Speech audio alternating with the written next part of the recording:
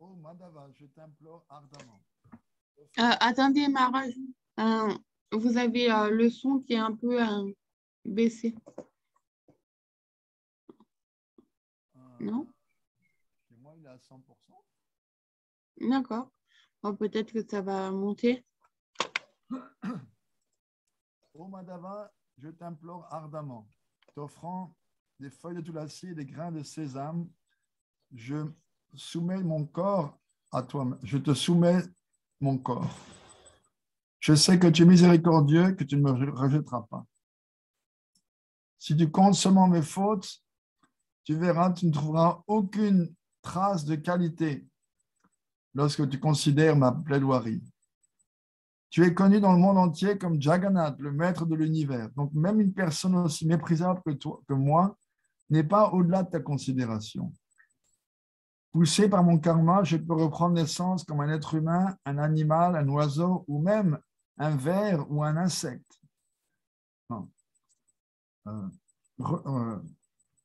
Recevant vie après vie les conséquences de mes actes, je tombe ainsi d'un destin à un autre. Néanmoins, puisse rester toujours absorbé en vous. Non. Complètement désespéré, Vidyapati vous supplie, non, pour la traversée de cet océan d'existence matérielle, les tendres feuilles de vos pieds pareils au lotus sont mon seul refuge. Ô amis des déchus, donnez-moi ne serait-ce qu'un tout petit morceau de votre miséricorde. Tila, c'est comme un grain de moutarde ou un grain de sésame. Donnez-moi juste un tout petit peu de votre miséricorde. Donc, on continue notre étude du Madhurya Kadambini. Avant toute chose, je veux offrir mes hommages à mes maîtres spirituels. Srila Prabhupada, Srila Gaur Govinda Maharaj, Srila Bhaktivedanta Narayana Goswami Maharaj, Srila Bhaktivedanta Madhusudan Maharaj, Srimati Krishna Priya Thakurani, tous les dévots assemblés. Je vous en prie d'accepter mes humbles hommages. Donc, on a vu que lorsque la bhakti se manifeste, elle fait pousser deux feuilles. Ces deux premières feuilles, ce sont Kleshagni et Shubhada. La libération des sources de souffrance, des formes de souffrance, et également la venue de tout ce qui est de bon augure dans la vie d'un dévot.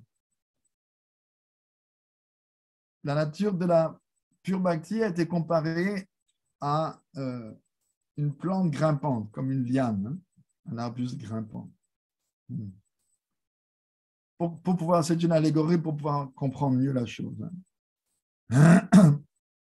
Et de la même façon qu'une liane ne peut pousser que dans un sol fertile, donc la liane qui accorde tous les désirs, la liane de la bhakti, apparaît seulement dans un cœur fertile. Un cœur fertile, ça veut dire le cœur qui est libre de désirs matériels, de désirs égoïstes.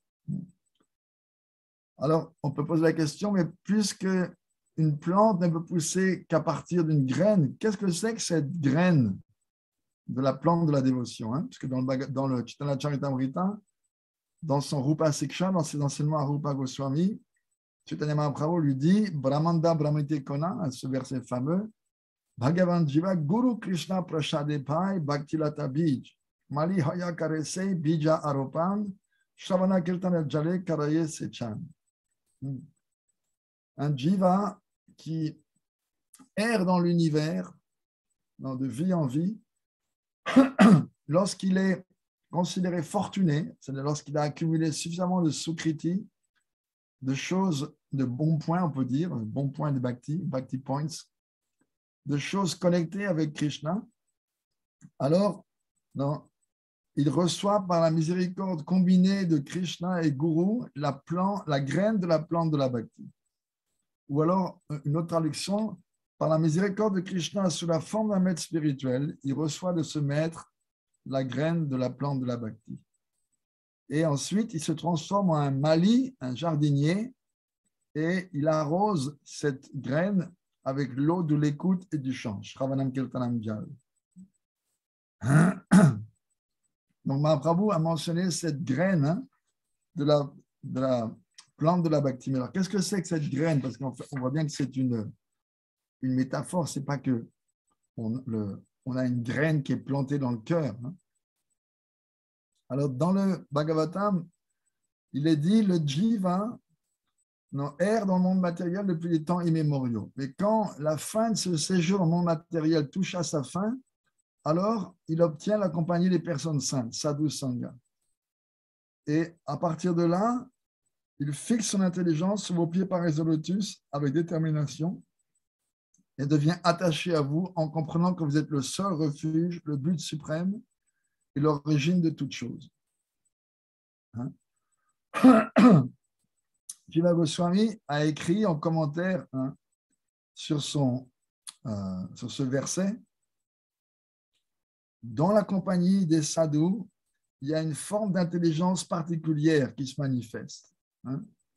Et c'est comparable à la graine de la bhakti. Donc, par la miséricorde immotivée des sadhus, une forme d'intelligence particulière se manifeste dans le cœur du dévot, et ça donne naissance à Krishna Seva Vasana, le désir de servir Krishna. Donc, ce désir est considéré la graine de la plante de la bhakti.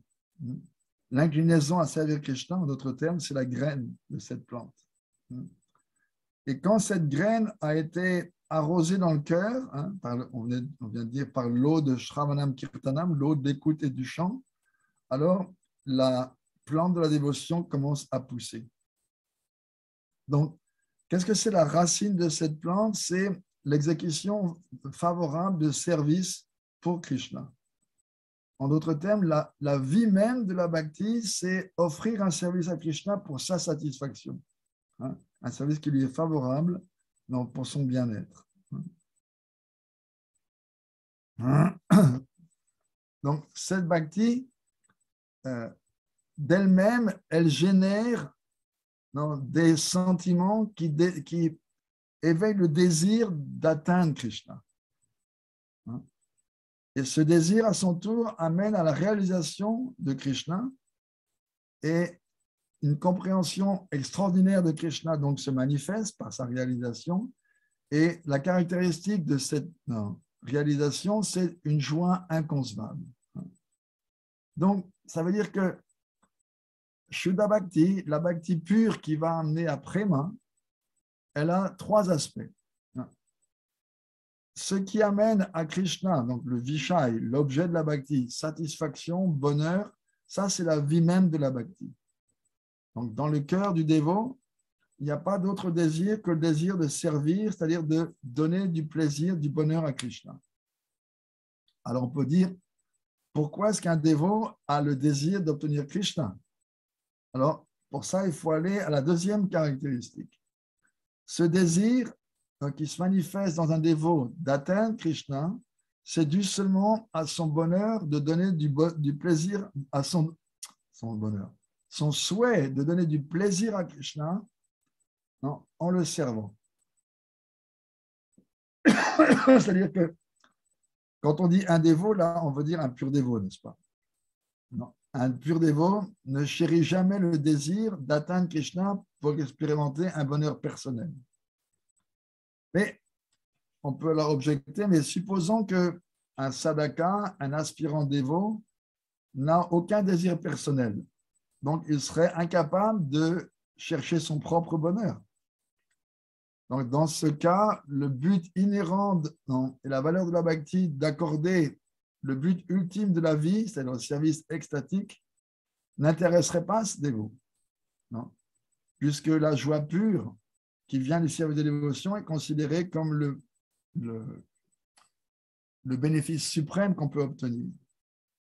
Alors, on va à la troisième caractéristique. Bien qu'un dévot, un pur dévot, n'a pas même le moindre désir pour sa propre sa propre satisfaction, néanmoins de servir Krishna, qui est Ananda Swarup, l'extase personnifiée, non, et d'expérimenter la douceur de Krishna, le dévot, il dérive une joie incomparable de ce service.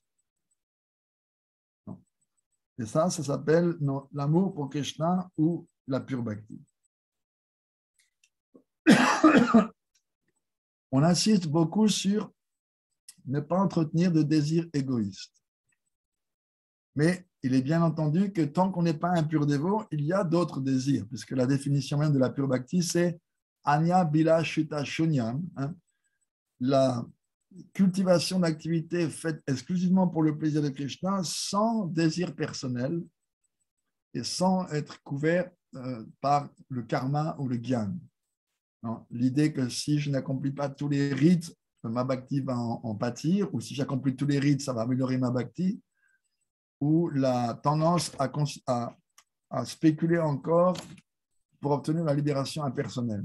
Donc la pure bhakti, c'est cette culture constante d'activités faites pour le plaisir de Krishna, sans s'éteindre dans ces contaminations de karma et gyan, et aussi Anya Bila Shita Shunyam, libre de tout autre désir. Ça, c'est la pure bhakti. Il est bien évident que quelqu'un qui commence la voie de la bhakti n'est pas encore un pur dévot, donc il a d'autres désirs. Au début, un de ses désirs, c'est, comme tout le monde, parce que tout ce qu'on fait, c'est pour être heureux, c'est être heureux. Donc au début, on pratique la bhakti pour être heureux. En comprenant, la bhakti, c'est le meilleur moyen d'être le plus heureux possible. Et graduellement, par la pratique du service de dévotion, cette motivation personnelle va disparaître et laisser place à la tendance à ne vouloir que la satisfaction de Krishna. Si vous vous souvenez, dans le Bhajan Rahasya, Bhaktivinoda Thakur a fait un parallèle entre chaque étape de la bhakti et chaque verset du Shiksha Sakam de Chaitanya Mahaprabhu, les 8 versets qu'il a écrits. Et donc, à chaque étape correspond un verset, ou un verset correspond à chaque étape, vice-versa. Et quand quelqu'un arrive à Ruchi, donc ça c'est à la moitié du Madhyamadika, la moitié de la deuxième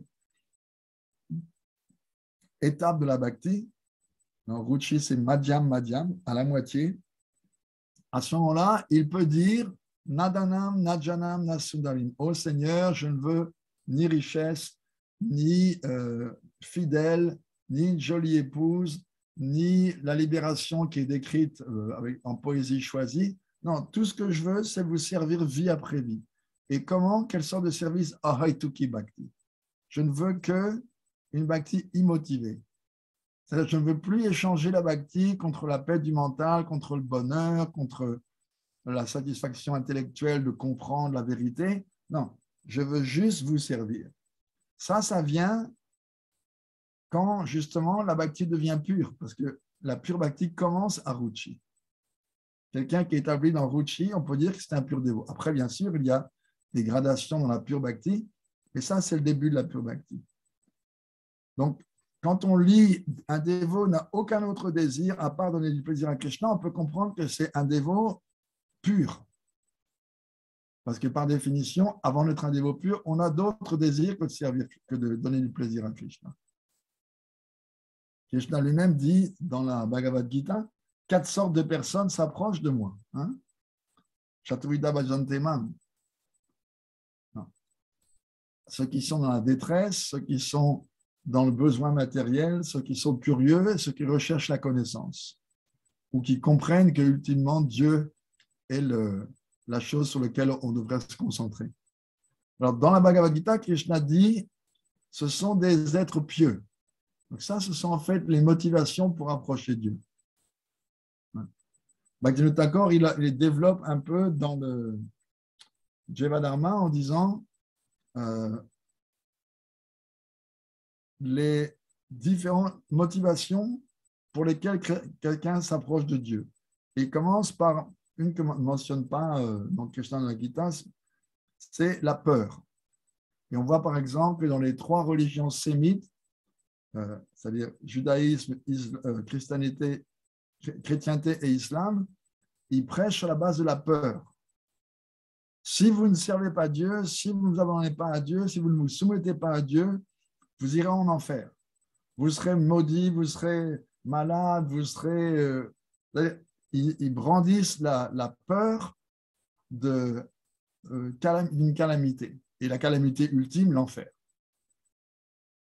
Donc ça, c'est la motivation la plus basse pour servir Dieu. Après, une autre motivation, celle que Krishna mentionne dans la Gita, c'est quelqu'un qui est dans le besoin, donc qui a des désirs d'améliorer sa condition matérielle. Il veut avoir des choses et il pense qu'en servant Dieu, il obtiendra ces choses. Et c'est pour ça que les gens d'habitude prient. Quand on examine les prières des gens d'ordinaire, c'est toujours pour améliorer leur statut. Ou pour être libéré de l'anxiété. Ma mère est à l'hôpital, faites que l'opération se passe bien parce que je suis dans l'anxiété. Donc, libérez-moi de cette anxiété en faisant que l'opération soit un succès. C'est pour soi-même. On appelle ça de la religion parce que les gens se tournent vers Dieu, mais si on examine, c'est une religion complètement basée sur son propre intérêt. C'est la Sakama Bhakti, c'est la Bhakti. C'est de la Bhakti parce qu'il y a la prière, on s'adresse à Dieu, mais c'est de la Bhakti complètement motivée, personnellement, complètement égoïste. Et ça commence à devenir un peu plus pur quand on sert par un sens de devoir. On pense, j'ai un devoir envers Dieu, c'est lui le Créateur, c'est lui qui nous maintient, c'est lui qui nous donne tout ce avec quoi nous vivons. Nous sommes donc endettés envers lui, donc c'est un devoir de le servir. Ça élève un peu le niveau. Et puis, la motivation parfaite, on peut dire, c'est l'attachement, raga, l'amour. Mais la bhakti est telle que même si quelqu'un commence avec une motivation inférieure, il peut être purifié par sa pratique. Ça, c'est la puissance de la bhakti. Quel est l'exemple typique? Dhruva Maharaj. Dhruva Maharaj, le petit prince, complètement vexé parce que quand il a vu s'asseoir sur les genoux de son père, la nouvelle reine de son père, sa belle-mère, lui a dit non, non, tu ne peux pas t'asseoir sur ses genoux sans ma permission, je ne te permets pas. Mais si la vie prochaine, tu renais de moi, tu renais comme mon fils, là, alors tu pourras t'asseoir sur ses genoux. Donc, vexé, il rentre chez sa mère et elle lui explique que maintenant, cette nouvelle reine est devenue la favorite, elle l'a supplantée, donc maintenant, son père la néglige. Et le petit Dhruva lui demande, mais qui c'est qui peut m'aider? Alors sa mère, Suniti, lui dit, écoute, seul le Seigneur peut t'aider. Ah oui, où est-ce qu'on le trouve celui-là? Eh bien, j'ai entendu dire que les sages dans la forêt méditent sur lui et ils le trouvent par leur méditation, par leurs austérités. Et aussitôt, le gamin, 5 ans, le petit prince, il file dans la forêt et il demande à tout le monde, tous les êtres qu'il rencontre, s'ils ont vu le Seigneur. Et Narada Muni est attiré par ce désir de cet enfant, l'intensité de son désir, et il vient et il lui dit, tu sais, tu es trop jeune, rentre au palais et reviens quand tu seras plus grand et à ce moment-là, je t'instruirai, je t'apprendrai la science du yoga, méditer et comme ça, tu pourras obtenir le Seigneur. Et le petit Dhruva est tellement déterminé qu'il lui dit, si c'est ton seul conseil, passe ton chemin, je n'ai pas besoin de toi. On a dit, donc, attends, je vois que tu es très déterminé, je vais te donner un moyen et lui enseigne un mantra et des pratiques. Et Dhruva commence ses pratiques et avec l'intensité de sa pratique, en 6 mois, il conquiert le Seigneur et le Seigneur lui apparaît. Et quand le Seigneur lui apparaît, on lui demande qu'est-ce que tu veux, donne-moi une bénédiction, demande-moi une bénédiction. Dhruva commence à se lamenter, disant, oh non Seigneur, en fait je me rends compte que je cherchais un morceau de verre brisé et maintenant que je vous ai obtenu, vous, le joyau le plus sublime, je n'ai plus aucun autre désir. Je ne veux plus rien d'autre. Son désir au départ, c'était faire des austérités pour satisfaire le Seigneur, pour que le Seigneur lui donne un royaume plus grand que son père et son grand-père. Donc, il avait une bhakti complètement motivée matériellement. il pratiquait la bhakti juste pour lui-même, pour obtenir un royaume. Mais la bhakti est tellement puissante que, certainement, il chantait également un mantra composé des noms du Seigneur. Om Namo Bhagavate Vasudevaya.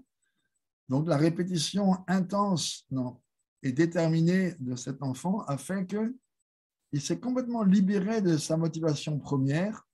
Il n'avait plus qu'une idée, c'était satisfaire le Seigneur. Donc, maintenant que je vous ai vu, vous êtes le joyau, le suprême, je ne veux rien d'autre, je ne veux plus rien d'autre.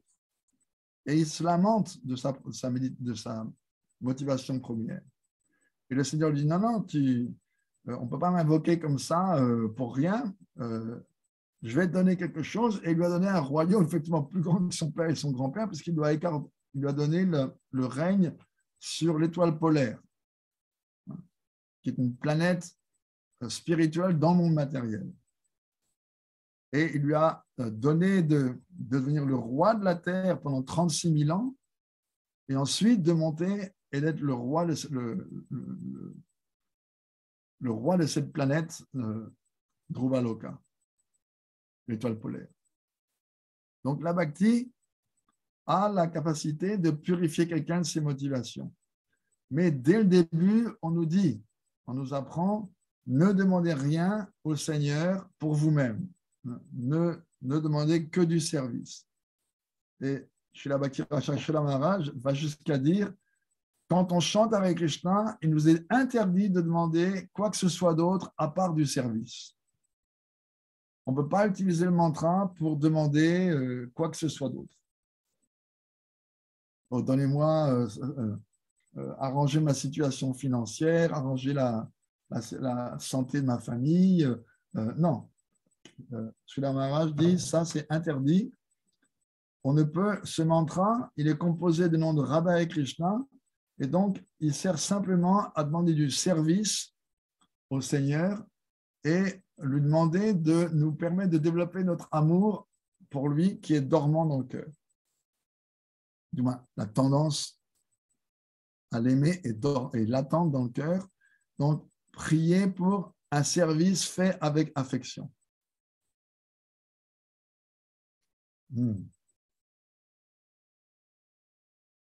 Donc, une abeille qui souhaite goûter seulement dans le pollen très doux d'une fleur prend refuge d'une plante grimpante.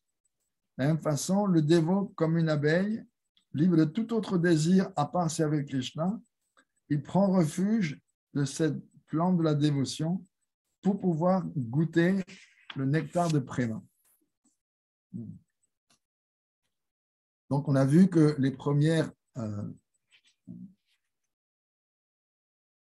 manifestations de la bhakti, ces deux feuilles, c'était Kleshagni et Shubhada.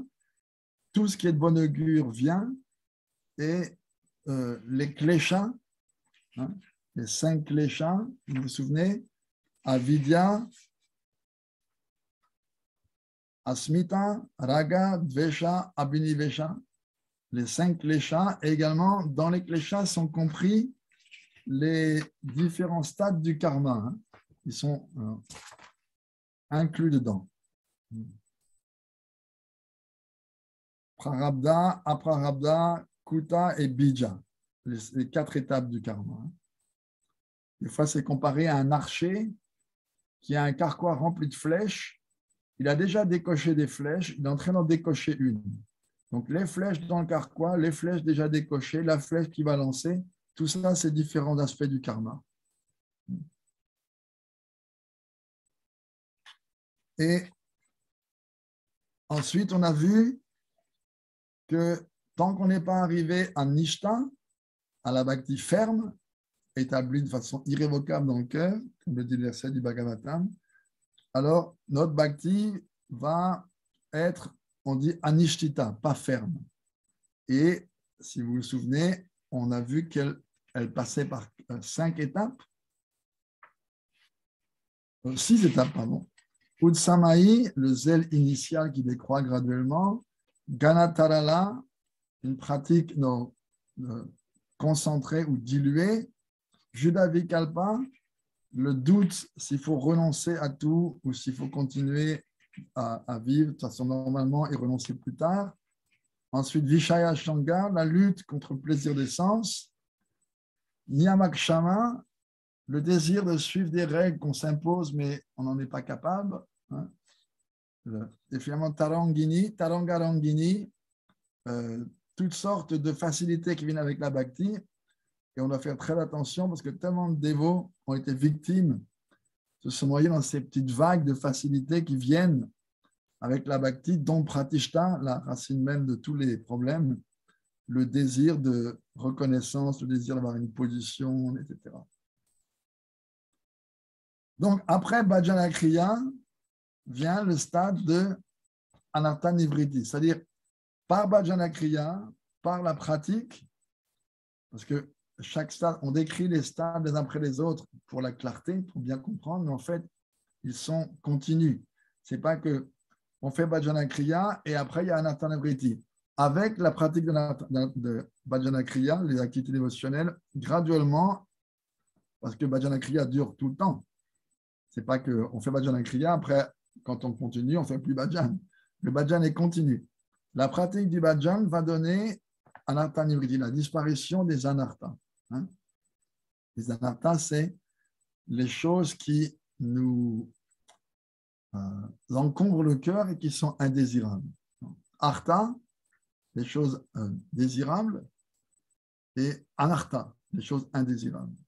Artha, c'est des assets, comment on dit, des biens, des commodités, et anartha, c'est les choses inutiles.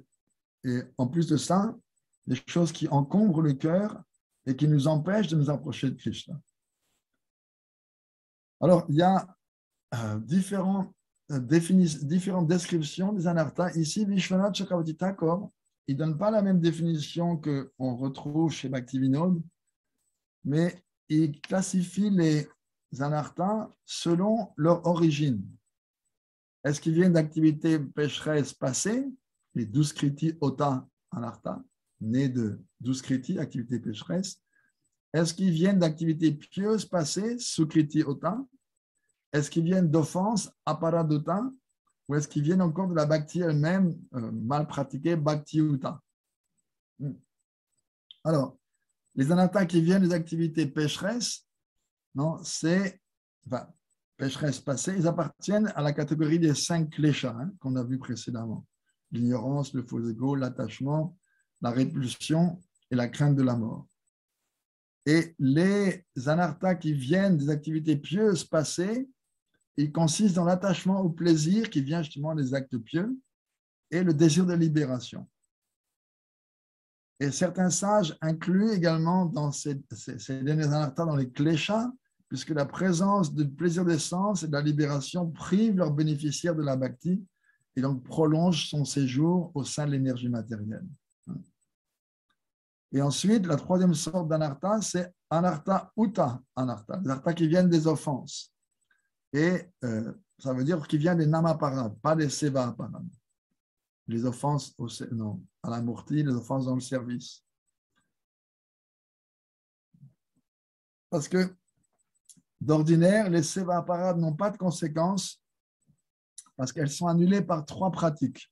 Par le chant des saints noms, par la récitation de stotras, c'est-à-dire une série de mantras qui ont un effet, qui ont le pouvoir de contrecarrer les effets de ce type d'apparade, et le service constant. Donc, les 3 activités, elles annulent pratiquement toutes les conséquences des seva apparades. Par contre, si quelqu'un, Vishwanath Thakur fait remarquer, si quelqu'un profite du fait que ces mesures le protègent des réactions au seva apparade et devient négligent, pensant, eh bien, ça va, je peux négliger, je chanterai les stotras et comme ça, je serai purifié, et puis je chante, et puis je continue. Alors, dans ce cas-là, ça se transforme en amaparade, c'est-à-dire l'offense qui consiste à faire des activités pécheresses en comptant sur la puissance du Saint-Nom pour en être libéré. Namo Baladyasya Ipapa Bujil. Parce que si quelqu'un accomplit des activités pécheresses en comptant sur les méthodes d'expiation prayaschita pour s'en libérer, alors les Dharma Shastra disent qu'il ne sera pas purifié. Au contraire, les conséquences de ces actes, au lieu d'être annulées, seront amplifiées. Une autre chose que Vishwanath nous fait remarquer, c'est que négliger une partie des membres de la bhakti ou ne pas mener jusqu'au bout certaines d'entre elles ne produit pas de namaparad. Parce que le namaparad en question, c'est pécher en comptant sur le champ du Saint-Nom pour se purifier. C'est-à-dire accomplir délibérément des activités coupables, des actes condamnés par les Écritures, non, en pensant que les activités dévotionnelles en annuleront les conséquences. Et finalement, la quatrième sorte d'apparat, ce sont les apparats qui viennent de la bhakti mal pratiquée. Apparat, en fait, c'est ce qui détruit l'inclinaison à servir Hari, Guru, Vaishnava. Krishna, le maître spirituel et les Vaishnavas. Ça, c'est le problème de... Aparada, Srila Bhakti Pramod Puri Maharaj dit Aparada, c'est ce qui nous bloque d'obtenir Srimati Radharani, Radha, Aparada, ce qui nous sépare de Radha. C'est une autre étymologie possible. Donc, ensuite, il y a une description des différents namaparades.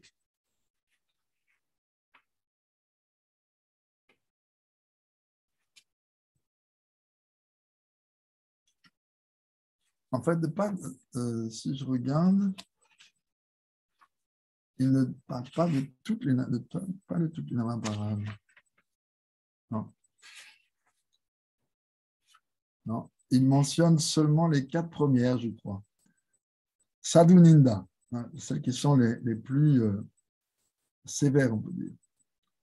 Sadhu Ninda, c'est critiquer les Vaishnavas, vous blasphémer les Vaishnavas.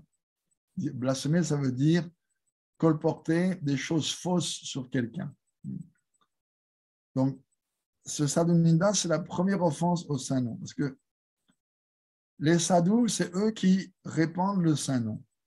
Donc, si on les offense, c'est considéré une offense au Saint-Nom que ces sadhus transportent dans leur cœur et qu'ils partagent avec tous, avec miséricorde. Donc, ça, c'est la première offense.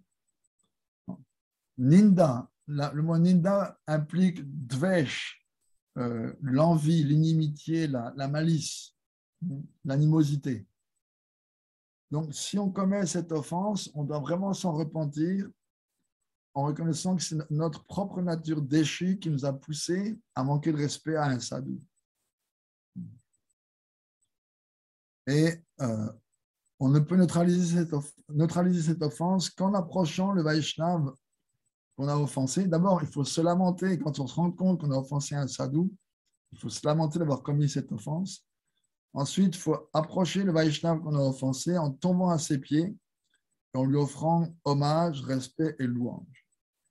Et Vishwanath Chakravarti nous dit, si le Vaishnava n'est toujours pas satisfait, on doit être prêt à satisfaire à toutes ses exigences. Si l'offense a été telle que le sadhu offensé ne décolère pas, le coupable, non, rempli de remords, pensant qu'il va aller en enfer pour des millions d'années, il doit arrêter toute activité et chanter constamment le Saint-Nom. Avec le temps et par la puissance de Nam Kirtan, il sera libéré des suites de l'offense. Mais si, refusant de faire acte d'humilité en offrant respect et service au Vaishnava offensé, la personne qui l'a offensé, donc le coupable, essaie de se justifier en argumentant « Oui, mais si je chante le Saint-Nom, je serai purifié. » Non. Alors, il se rend coupable d'une autre offense. Également, on ne doit pas penser que cette offense, sadhu ninda, c'est seulement lorsque on offense un Vaishnava de plus haut niveau, un Uttamadhikari pleinement réalisé, parfaitement qualifié. Et on ne peut pas non plus minimiser son offense en indiquant un défaut dans la personne qu'on a critiquée. Parce que les Écritures disent que même si quelqu'un de nature mauvaise, qui ne se conduit pas correctement, qui est triche, qui n'a pas de samskar, de rite, non, et qui a plein de désirs matériels, il doit être considéré comme un sadhu s'il s'abandonne au Seigneur. Que dire d'un pur Vaishnava? Donc, si une personne commet une grande offense envers un Mahabhagavat, un dévot du top niveau, oui, celui-ci, de noble nature, ne se met pas en colère. Mais néanmoins, l'offenseur doit tomber à ses pieds et s'efforcer de le satisfaire pour se purifier. Parce que le Vaishnava, lui, peut tolérer l'offense, mais la poussière de ses pieds ne la tolère pas et charge le coupable du poids de sa faute. Le Bhagavatam dit Chershya Mahapurusha Padapangshubir Nirasate Jasut Adeva Shobhanam. Ceux qui envient et offensent les grands saints se retrouvent rabaissés par la poussière de leurs pieds parés de lotus. Mais on ne peut pas, d'un autre côté, nous dit Vishwanath Chakravarti, appliquer les règles conventionnelles aux Mahabhagavats qui sont tellement puissants et qui parfois accordent une miséricorde immotivée et incalculable à ceux qui la méritent le moins ou à des offenseurs. Par exemple, le roi Rahugan, qui était porté par 4 hommes dans son palanquin en déplacement, un de ces hommes s'est tordu la cheville ou s'est blessé, donc il lui manquait un palanquin, et il a avisé Jad Bharat, ne sachant pas que c'était un sadhu, et il lui a dit hey, toi, tu as l'air bien costaud, remplace mon porteur de palanquin. Donc il l'a engagé à le porter.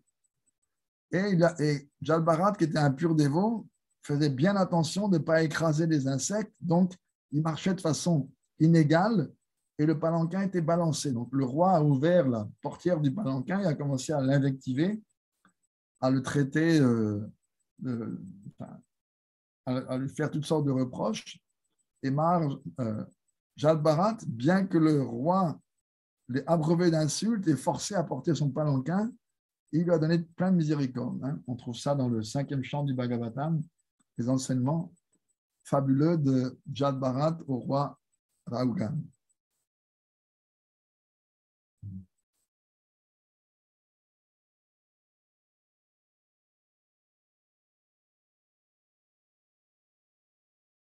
Également, il y a une autre histoire. Le Sédiraj Uparicha Vasu fit preuve de miséricorde envers les démons sans foi ni loi qu'il avait agressés. Alors, non. J'ai pris une note pour un jour, pendant le Satya Yuga, les Brahma Rishis et les Devas discutaient le mot Aja. Alors, les Rishis disaient ça veut dire des céréales et les Devas disent non, ça veut dire une chèvre à sacrifier. Donc, ils s'approchèrent de ce Uparicha Vasu. Donc, il a pris le côté des Devas. Oui, ça veut dire une chèvre à sacrifier. Donc, les sages, furieux, le maudirent, et il est tombé à Patalaloka dans les planètes inférieures. Mais il a continué à adorer le Seigneur, qui est venu le chercher personnellement sur son Garuda.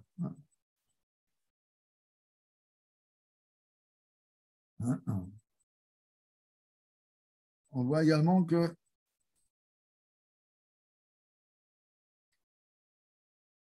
parfois même, la colère des sadhus peut donner préma, comme Narada et les fils de Kuvera. Parce que la miséricorde des purs dévots, des Mahabhagavata, elle est incontrôlable, comme celle de Mahaprabhu, Nirankush. Nul ne peut dire quand, comment, à qui ils l'accorderont. Et ils ne la donnent pas non plus de façon régulière, mais spontanément. Donc, il faut s'efforcer de les satisfaire en les servant. Il y a également l'exemple de Nityananda Prabhu, qui a été miséricordieux, au-delà de tout, envers Madai, bien que celui-ci l'ait insulté, blessé et fait saigner au front. Tout ce qui a été dit sur cette première offense s'applique également à la 3e offense, Guru Avagya, manquer de respect au gourou.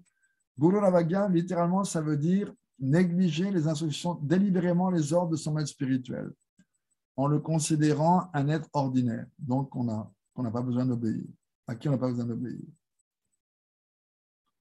Ensuite, la 2e offense, c'est se méprendre sur les positions respectives de Vishnu, Shiva et les Devas, et penser donc que le nom de Vishnu, que le nom des Devas sont indépendants ou aussi puissants que ceux de Krishna.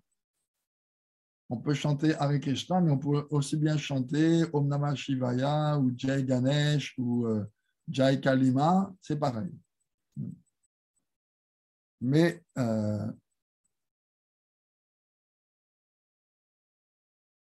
c'est une erreur de penser que le Seigneur Vishnu et les Devas, même Shiva, sont au même niveau.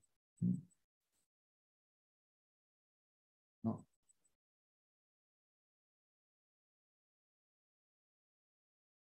Brahma et Vishnu, par exemple, appartiennent à deux catégories distinctes. Non. Brahma est un Jiva et Vishnu, il est Parameshvar, il est le Seigneur suprême.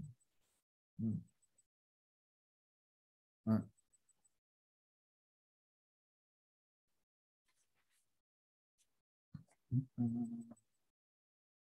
Il est dit, non, dans l'Aridi Bhakti-Vilas, quiconque met Brahma, Shiva et les autres Devas sur un pied d'égalité avec le Seigneur Narayan est certes un Pachandi. Pachandi, c'est veut dire un athée, c'est-à-dire une personne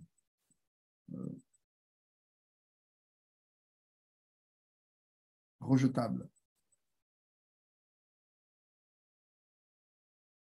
Ceux qui ne maîtrisent pas pleinement le sujet, ils déclarent que Vishnu est le Seigneur suprême et pas Shiva. Au contraire, non, Shiva est le Seigneur suprême, pas Vishnu. Ou bien parce qu'ils sont des dévots de Shiva, ils n'offrent pas le respect à Vishnu, parce qu'ils sont des dévots de Vishnu, ils n'offrent pas le respect à Shiva. Mais en faisant ça, en s'impliquant dans ce genre de controverse, ils se rendent coupables de cette offense. Non. Comment est-ce qu'on neutralise cette offense? En pratiquant Nam Kirtan, en approchant un dévot qui est établi dans le juste savoir, qui pourra les éclairer et leur faire réaliser en quoi Shiva et Vishnu sont différents et ne sont pas différents. Dans le sud de l'Inde, par exemple, les Sri Vaishnavas, ceux qui suivent Ramanuja, ils sont des adorateurs très stricts de Vishnu. Et ils ont même un dicton qui dit que si tu es dans la jungle et tu rencontres un tigre, et la seule façon de se sauver, c'est de prendre refuge dans un temple de Shiva qui est juste là, tu dois préférer mourir sous les crocs et les griffes du tigre plutôt que de te sauver en rentrant dans le temple de Shiva. Ils sont très fanatiques à ce niveau-là. Mieux vaut mourir du tigre que de rentrer dans un temple de Shiva. Et ça, c'est du fanatisme. Ça, c'est offensif. Parce que Shiva, il est le meilleur de tous les Vaishnavas. Vaishnavanam Yata Shambhu. Le Gange est le plus, Tulasi est la plante la plus sacrée, le Gange est la rivière la plus sainte, et Shiva est le meilleur des Vaishnavas.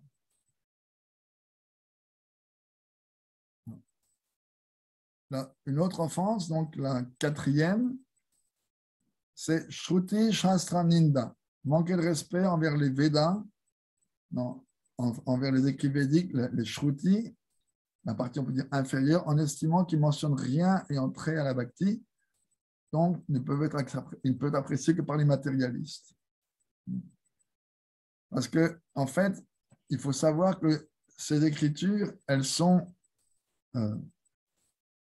faites pour amener graduellement les gens de nature indépendante, aveuglés par les désirs matériels, inaptes à la pratique, à accepter l'autorité des Écritures et à développer de la foi. Donc, si quelqu'un dit oui, mais ces Écritures, ça ne sert à rien, ça ne parle pas de bhakti, c'est une offense. Alors, comment l'annuler si par la même bouche avec laquelle on l'a critiqué, on glorifie ces Écritures qui recommandent karma et gyan, et si on chante le Saint-Nom à voix forte. Donc ça, il mentionne ces 4 offenses au Saint-Nom. Donc la 4e catégorie d'anartha, on disait tout à l'heure, c'est bhakti uta anartha, c'est-à-dire les anarthas nés de la bhakti. Alors qu'est-ce que ça veut dire les anarthas nés de la bhakti? Tout comme de nombreuses mauvaises herbes poussent autour d'une plante quand on l'arrose, quand on cultive la bhakti, la richesse, d'autres facilités matérielles comme une situation confortable, la vénération, le respect d'autrui, la renommée, la babuja pratishta apparaissent. Donc, ces mauvaises herbes prennent de la force en grandissant, envahissent le cœur du dévot et l'influence, donc ils retardent la croissance de la plante de la bhakti. Donc, ça, c'est bhakti uta. Les activités, les anarthas qui viennent de la pratique de la bhakti. C'est-à-dire qu'en même temps que l'exemple est simple, en même temps qu'on arrose une plante, si vous avez un jardin, vous arrosez vos fleurs ou vos légumes, vous avez remarqué qu'automatiquement, avec les plantes que vous voulez cultiver, il y en a toutes sortes que vous n'aimez pas du tout. C'est là les mauvaises herbes, on les appelle, hein, sarniki en russe, non, malas hierbas en espagnol, qui poussent sans que vous leur ayez rien demandé. Et de la même façon, quand on pratique la bhakti, automatiquement viennent, arrosés par l'eau de Shravan Kirtanam, viennent ces mauvaises herbes. Hein? Non. Et on peut dire que, non, Srila Narayan Maharaj disait, tout ce qui arrive, essayez de voir la main de Krishna dedans. Bhakti Devi, essayez de voir que c'est Bhakti Devi qui nous met à l'épreuve pour savoir ce qu'on veut vraiment. On doit donc rester fixé et bien cultiver l'idée Nadanam, Najanam, Nasundarim. Je ne veux pas d'argent, je ne veux pas de fidèles, je ne veux pas épouse, enfant et la libération. Je veux simplement votre service immotivé. Parce que tant qu'il y a les anarthas, le progrès est lent. Tant qu'il y a les anarthas, on ne peut pas vraiment progresser vers la pure bhakti. Et spécialement, pratishta, qui vient avec la pratique de la bhakti, ce désir donc de renommée, ou la renommée elle-même qui vient, elle empêche le progrès du bhajan.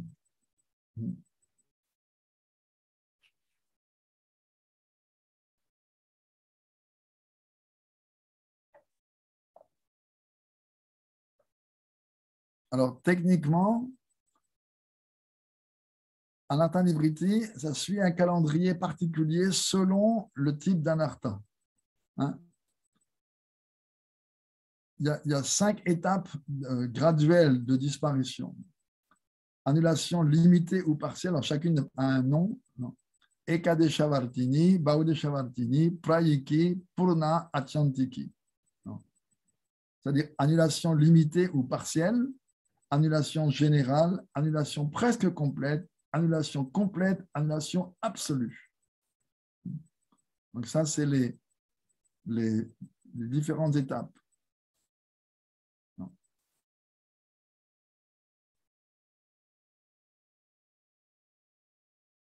La Ramaraj nous a même dit Ekadesha Vartini, annulation limitée ou partielle, c'est 1/8 des anarthas a disparu. Annulation générale, 75%. Annulation presque complète, 88%. Annulation complète, 100%, mais peut revenir. Et annulation absolue, Achantiki, 100%, mais qui ne peut pas revenir. Par exemple, les offenses,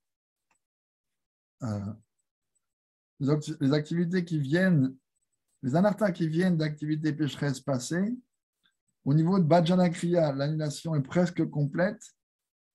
Au niveau de Nishta, elle est complète. À celui d'Asakti, elle est absolue. La même chose pour les anarthas venant d'activités pieuses passées. C'est l'activité c'est les anarthas qui sont le plus rapidement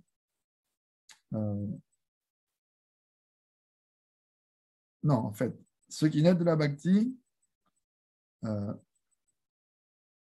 disparaissent de façon absolue à Ruchi, alors que ceux d'activité pécheresse et pieuse, c'est absolu à Sakti. Celles qui prennent le plus de temps, parce qu'elles sont les plus dangereuses, ce sont les anarthas qui viennent des offenses, aparavutta. Au début des activités dévotionnelles, Bhajana Kriya, annulation partielle. 6%, dit Narayan Maharaj. Non. Mais par une pratique continue, l'annulation se poursuit. En arrivant à Nishta, elle est plus étendue, 75%. Abhav, c'est-à-dire quand on est déjà Uttama Adhikari, elle est presque complète. Prema, elle est complète, mais il y a encore une trace. Et c'est seulement quand on attient les pieds par les lotus du Seigneur que les anarthas venant des offenses sont complètement absolus, sans la moindre chance de les voir réapparaître. Donc on peut comprendre que ce sont les anarthas les plus dangereux, les plus pernicieux, parce que ceux-là, c'est seulement quand on voit Krishna face à face qu'on en est complètement libéré. Donc c'est dire l'importance de s'efforcer de ne pas commettre d'offense.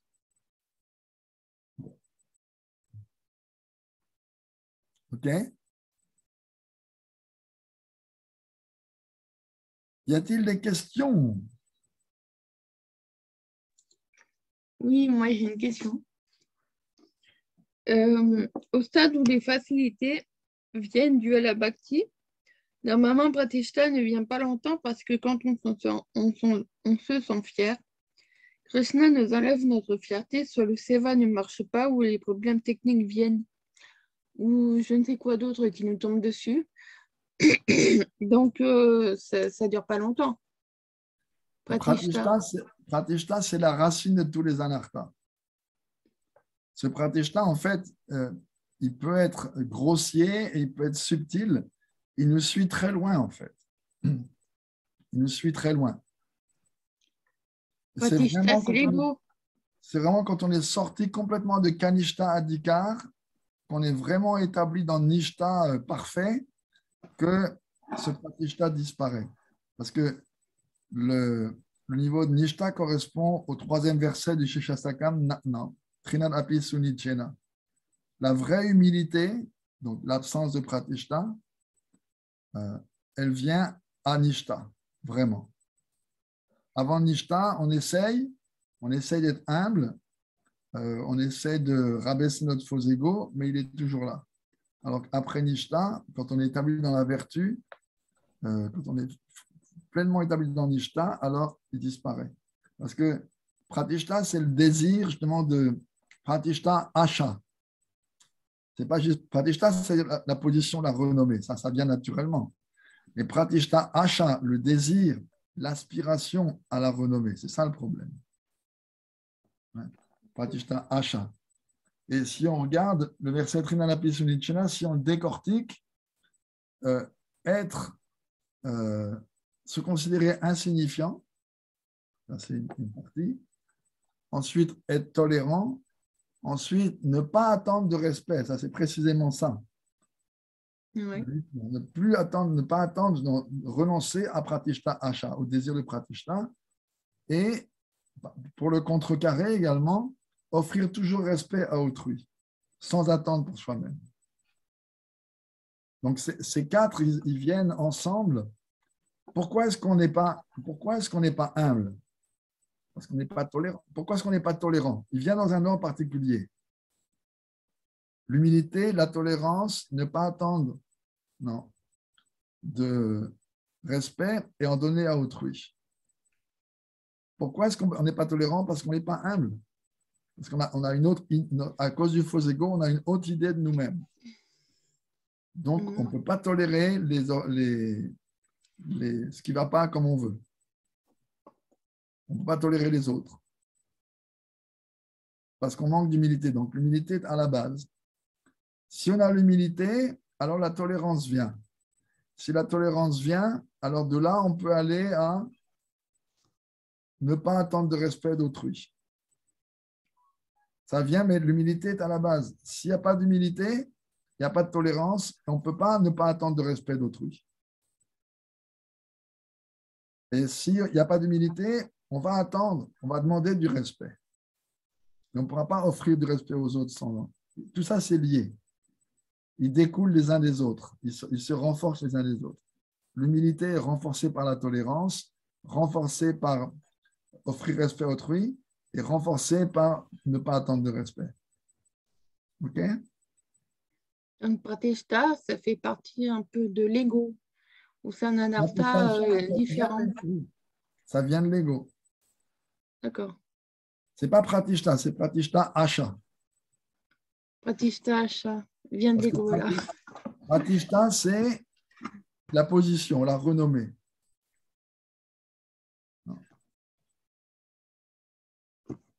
D'accord. Mais le problème, ce n'est pas ça. Le problème, c'est le désir de renommée. Le fait d'avoir une bonne réputation, ce n'est pas un problème. Le problème, c'est aspirer à cette bonne réputation, aspirer à la renommée. D'accord. Là-bas, Puja, Pratishta. D'accord. Le désir d'être remarqué parmi les autres, d'être spécial. Je me rappelle, quand j'étais nouveau dévot, j'avais été en Inde, à Mayapur, pour un festival en 75. Et j'avais vu qu'il y avait des dévots indiens. Ils chantaient leur tour en mettant leur japa sous leur... ils avaient comme une écharpe et ils ne montraient pas leur japa, ils le portaient en dessous. Alors, je dis, oh, ça c'est bien ça. Quand je suis revenu en France, j'ai commencé à chanter comme ça. Et je me rappelle Indra Duna, qui n'était pas encore Maharaj à l'époque, qui était mon chef de Sankirtan, m'a dit, pourquoi tu fais ça? Ben, j'ai vu ça en Inde, donc je fais ça. Il dit, c'est juste ton pratishta asha.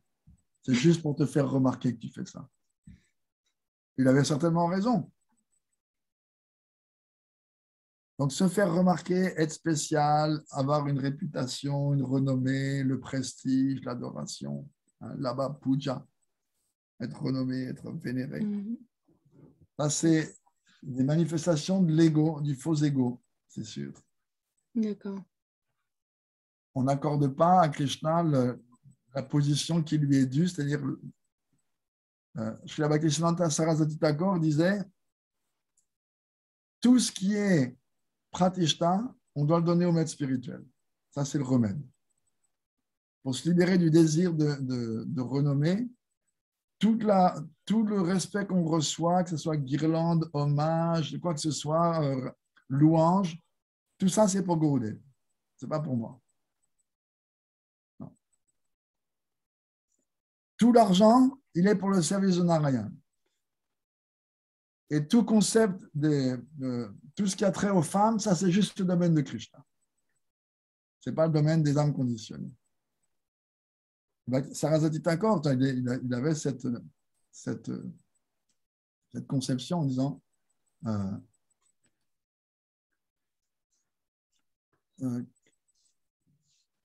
Kaminira Kama Naidvaya Dama Tahara Malika Keval Madava. La concupiscence des femmes, ce n'est pas ton domaine, ça ne te regarde pas. Leur seul maître, leur seul amant éternel, c'est Madhava, Krishna. Donc, ce n'est pas ton domaine. Ne t'occupe pas des femmes et de leurs désirs. Ça, c'est du domaine de Krishna. N'accumule pas d'argent. L'argent, il est fait pour le service de Narayan. Donc, tout l'argent, il est pour Narayan. Tout ce qui est de la concupiscence, ça, c'est le domaine de Krishna, ce n'est pas le nôtre. Et tout ce qui est la renommée, tout ça, c'est pour Gurudev. Il faut toujours se rappeler de ça parce que sinon, on a le cœur dévoré par ces trois tigresses que sont Konaka, Kamini, Pratishta, Bhagini. La richesse, le désir envers le sexe, de fréquenter le sexe opposé et le désir de renommée. C'est les trois tigresses. Et seulement celui qui est libéré de ces trois tigresses, non, c'est Yana Sakta, c'est Shuddha Bhakta. Lui est complètement détaché, c'est un pur dévot. Seulement celui qui est libéré de ces trois tigresses. Konaka, Kamini, Pratishta, Bhagini. Bhagini, ça veut dire que les trois, et si on regarde, ça c'est les ambitions de tous les êtres. Qu'est-ce que veut tout le monde? Où est-ce que le mental sous quelle forme il nous attaque? Où il essaye de nous embobiner? Konaka, Kamini, Pratishta. La richesse, l'argent, la richesse, plus d'argent, plus de facilité. Kamini, le sexe opposé, et Pratishta. Et Pratishta a deux divisions, c'est la renommée et le pouvoir qui vient avec la position. Une position qui te donne de l'adoration, donc du respect, de la vénération, et l'autre, c'est le pouvoir qui va avec. Je me souviens lire, il y a je pas, il y a une quarantaine d'années de ça ou plus, des généraux et des maréchaux de l'armée rouge célèbres qui disaient on peut renoncer à l'argent, on peut renoncer aux femmes, on peut renoncer à la vodka. Mais prendre un téléphone et appeler le président d'un autre pays satellite du pacte de Varsovie en lui disant « Cher camarade, je pense que vous devriez faire comme cela » et savoir qu'à l'autre bout, le président du pays, il est en train de se faire dessus de peur. Ce pouvoir, sentir ce pouvoir, ça c'est impossible à renoncer à ça. La richesse, l'argent, les femmes, la vodka, toutes ces choses-là. Mais le pouvoir, la position et le pouvoir qui va avec, ça c'est très difficile. C'est du sexe subtil, là. Parce que j'ai appris ça. Certains disent ça. Et quand j'ai demandé ça, parce que dans l'ISKCON, ils disent ça, mais quand j'en avais parlé avec Narayan Maharaj et Gorgoniola, ils disaient non, d'où ça sort, ça. Ah bon, d'accord. Ouais. C'est vrai que... On peut dire peut-être que quand dans l'ISKCON, il veut dire sexe subtil, c'est-à-dire que le désir sexuel, c'est le paroxysme du désir de contrôler la matière. Parce qu'on contrôle la matière à travers le corps de l'autre. Le sexe, la jouissance sexuelle, c'est on jouit de la matière. Et donc, cette jouissance, elle peut être grossière ou alors elle peut être au niveau subtil, le pouvoir. Mais je ne sais pas si ça vient de Prabhupada ou pas, mais je me rappelle dans l'ISKCON d'entendre ce chant-là où il dit « Oh, this is subtle sex desire ». Désir sexuel subtil. Mais je n'ai jamais vu ça dans les livres de Prabhupada, ni dans les classes, ni de... Je te dis, quand j'avais parlé à Narayan Maharaj et à Gorgoni Maharaj, ni l'un ni l'autre ne m'ont confirmé. Non, c'est quoi cette idée? Pourquoi? Qui c'est qui dit ça? Je sais que dans l'ISKCON, c'est courant. Ouais. Alors, si on analyse, oui, dans le sens où c'est ça, le désir sexuel, c'est on peut dire le désir de jouissance. On jouit le sexe, c'est quoi? Pourquoi est-ce que c'est tellement intense? C'est parce que tu jouis de la matière directement. C'est tu contrôles et tu jouis de la matière. Et donc, ça peut se faire de cette façon-là, mais c'est au niveau grossier, bien qu'il y ait une partie subtile également dans la sexualité, cette structure de pouvoir. Et quand quelqu'un justement a ce désir d'être renommé et de contrôler la matière de cette façon-là et contrôler les autres, alors on peut dire oui, c'est... Mais ça ne vient pas de nos acharyas, à ma connaissance. D'accord. Voilà, on va s'arrêter là. Donc, Bhakti, tu es là toujours? Ouais. Oui, je suis là. D'accord. Sagement, c'est intéressant. Merci. On va chanter juste quelques... Merci Maharaj. Quelques bien prononcé.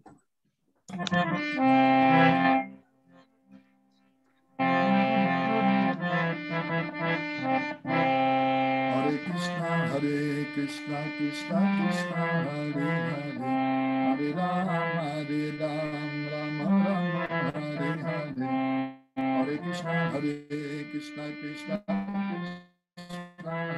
Hare, Hare Ram, Rama Rama, Hare Hare, Hare Krishna, Krishna Krishna, Hare Hare, Hare Ram,